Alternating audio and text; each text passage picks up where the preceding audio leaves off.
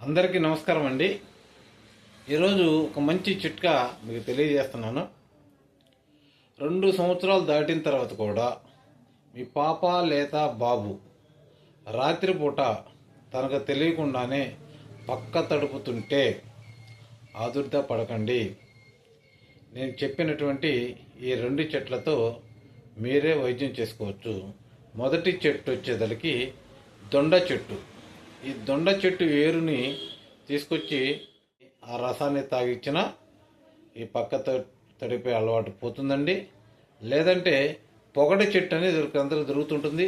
పొగటి పూలు చాలా సువాసన భరితంగా ఉంటాయి. దాని పళ్ళు వచ్చేసరికి చిన్న చిన్న కాయలు చాలా తీయగా ఉంటాయి. అలాంటి పొగటి చెట్టు యొక్క బెరడు తీసుకొచ్చి కచ్చాబచ్చాగా దంచి కషాయం కాసి రాత్రిపూట ఇస్తుంటే 3 లేదా 4 రోజుల్లోనే ఈ పక్క తడిపే అలవాటుని పూర్తిగా తగ్గిపోతుందండి.